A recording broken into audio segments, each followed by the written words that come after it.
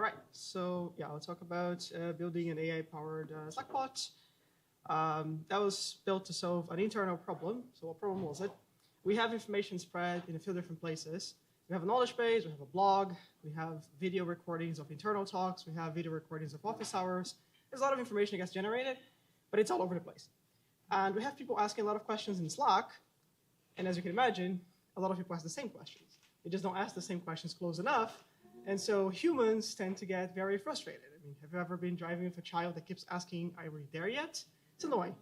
So we decided to try to use AI, because LLMs don't have the same problem, to try and help answer some of these questions and also point people in the right direction. So we have 4 main data sources that were used here. We have our FastRuby.io blog. FastRuby.io is our brand that specializes in Rails and Ruby technical debt. And the main issue we had with people not checking the blog is they don't remember to check the blog for information. We write the blog posts, and then we forget that they are there. We have our internal knowledge base, but there are some challenges. We're going for a restructure. It's a lot of work, and so it became a little bit hard to search. So people just default to asking in Slack because they're usually going to get a quicker answer. We have office hours and Ombu Talk videos. Ombu Talks are what we call our Friday talks, where people just take an hour and talk about a topic that they like or they learned. But searching for information in a video is tricky, and you're not going to spend an hour of your time watching the video just to realize it was the wrong one. So it's pretty time-consuming to search.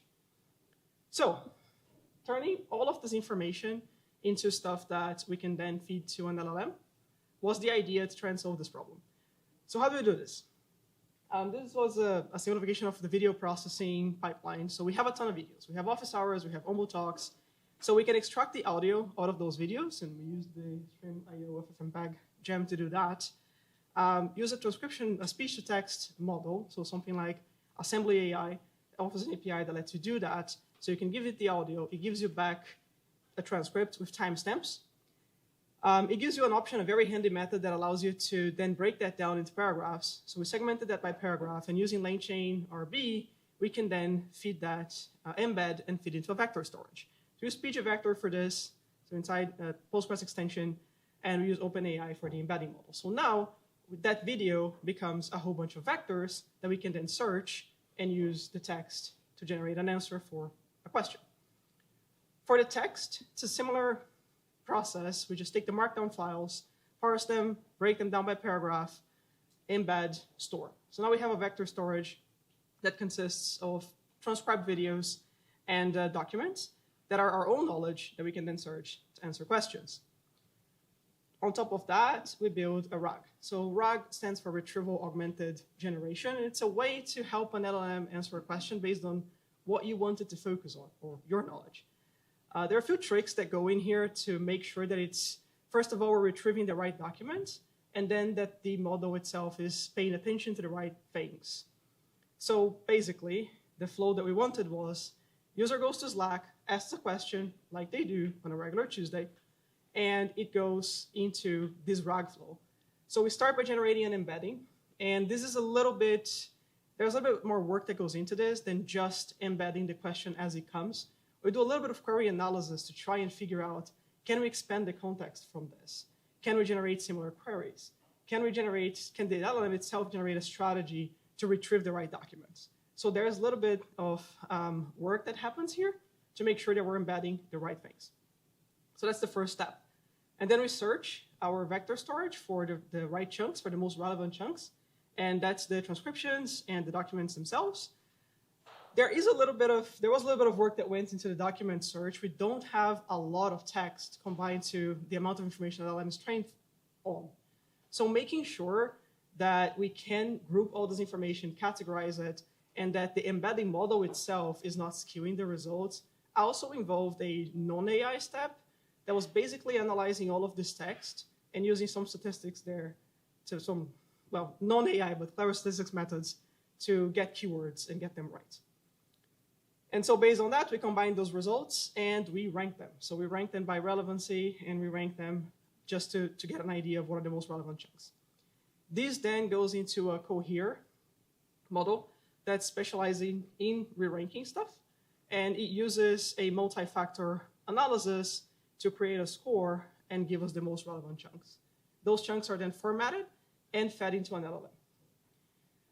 For the kind of the generation step, so to speak, we use the React pattern, which stands for reason and act, basically. And what it does is, instead of making one query to an LLM saying, hey, based on this document, answer this question, we create a flow where the LLM is thinking about it, it's analyzing the question requirements, we give it instructions, like we're a Rails shop. So we tell the language model, if I say it's an application, but I don't tell you what it's written in, automatically assume it's Rails. If I talk about a database, automatically assume it's Postgres. So we can give it a bunch of instructions so that it's really tailored to our context. And so it thinks about the requirements, and then it identifies the retrieval content, it analyzes the connection between these pieces of information, it adds some additional reasoning there, and this step has kind of an LLM as a judge pattern where you have two models, one generates a response, and the other then judges it. And they kind of keep talking to each other and refining this response, so we ultimately get what we want. Draw a conclusion, provide the answer. The answer is formatted, we add the sources to it, and we ship it out to Slack. This process is effective, but a little bit slow, even with optimization techniques applied, even with batching requests, even with using smaller models for some of these steps. So we also added some caching for similar queries. And basically, you send in a question, it's very unlikely that two people are going to type the same question in the exact same way. If they did that, they would have found the original answer in Slack. So we instead use, again, a model, a pre-step with a model to find similar queries, and then use cosine similarity to try to identify if we have something in the cache. And we also use a cache warmer. So here are the most common questions. We just make sure that we have answers already in the cache for that. So that's the basic agentic retrieval method generated pipeline that we used. So here are some examples of this thing in action. So I'm asking it a pretty basic question. We had a talk someone did on applications that use Elasticsearch. So I'm asking it, how can I check that this is using Elasticsearch? And it tells me that it's going to get back to me because Slack expects a response in 3 seconds. And I cannot generate a response in 3 seconds. So it tells me that it's going to get back to me, and it takes a little while to think, and then it gets back to me, and it gives me the response that I'm expecting. So now I have a response there in my little thread, and it says, it tells me, here's what you do if you want to identify that this is using Elasticsearch, and here are my sources. So that's the more information piece there. It tries to fit everything within a paragraph. First, because Slack has a limit for how many words you can send in a message. And second, because nobody likes reading giant pieces of text in Slack. So that's one of the instructions that it has, is generate to get the most important bit and put it in a paragraph. The more information link there, this is going to link to a video with a timestamp. So it gives you the place in the video where we start talking about this. And it also knows who the speaker is. So it tells you, you can also ask this person if you have questions, because they were the ones doing the talk. A different example where it pulls something from our knowledge base. Here I'm asking if, oh, this is the same one. Hang on a second. I clicked the wrong video. All right. So here I am going to ask it about a specific error. And it does the same thing. It tells me that it's going to get me a response. For this particular use case, one thing that we did to try to shorten the time it takes to take a response and make sure that we are picking up the most relevant document, if it finds something in a document that matches 100% a piece of the text, it stops looking. So that's what it's doing here. It found a page that has this error exactly in it. So that's what it gives me. It tells me, hey, look here.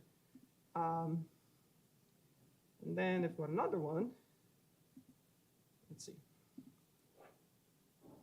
And I'm asking it a question about how can I set up the application warning tracking in production. So we are in a Rails shop, fastruby.io, which is one of our productized services, deals with a lot of Rails upgrades. So that's something that we have to do on a fairly regular basis. So obviously we have some documentation around it. So I'm asking it, how do I do this? And it's gonna tell me, and this has a couple of interesting things to it. One is, it is hallucinating a little. These is not correct. Report deprecations there, it doesn't exist. It's similar, but that's not the thing that you're looking for. However, it gives you the sources. And so if you check the blog post, the relevant blog post, you can find what you're actually looking for. Also, it makes some assumptions, sure, but it found two documents, one about setting this for Rails, one about setting this for Ruby. So it gives you both. It's not just going to automatically assume that you mean Rails. It does that in a few settings, but not if Ruby is involved. And the last one I have here is one that's, I'm asking you a question that I know we don't have anything that would match. And the reason I'm doing that is oftentimes when people ask about process and such, we're talking about information that you would find, but we have a specific way of doing things. So I wanted to make sure that if someone asks a question that fits that profile, that we can tell them, I couldn't find anything. So it alerts you. I don't have any sources, but here's what I can tell you. One bonus thing that came out of it, because once you have data in a database, you can do a lot of stuff with it. So one bonus thing that, oh, come on, there we go, that came out of this is a lot of our strategy, a lot of what we do has to do with content and content that we publish openly in our blog. We work on a new project, we learn a new thing, we publish a blog post about it. All of our team members are expected to do that. And one cool thing that we can do now that we have basically a database of transcribed videos is to take those talks that people already put time and effort into preparing and generate an article. So now you do a talk, your video, Zoom finishes processing the recording, and it tells our little bot, hey, I've got a recording for you. We download it, we extract the audio, we transcribe it, and we generate an article. And this article is going to look very much like the ones that we have in our blog. It formats in Markdown. It even gives you the front matter header you're expecting, and it formats it into sections like the ones we have, and basically gives you a draft that you can just review and then publish. So it's a byproduct. It wasn't the original intention, but hey, we've already got the data, so might as well do something with it. Yeah, that's it. That's the Slackbot answer questions.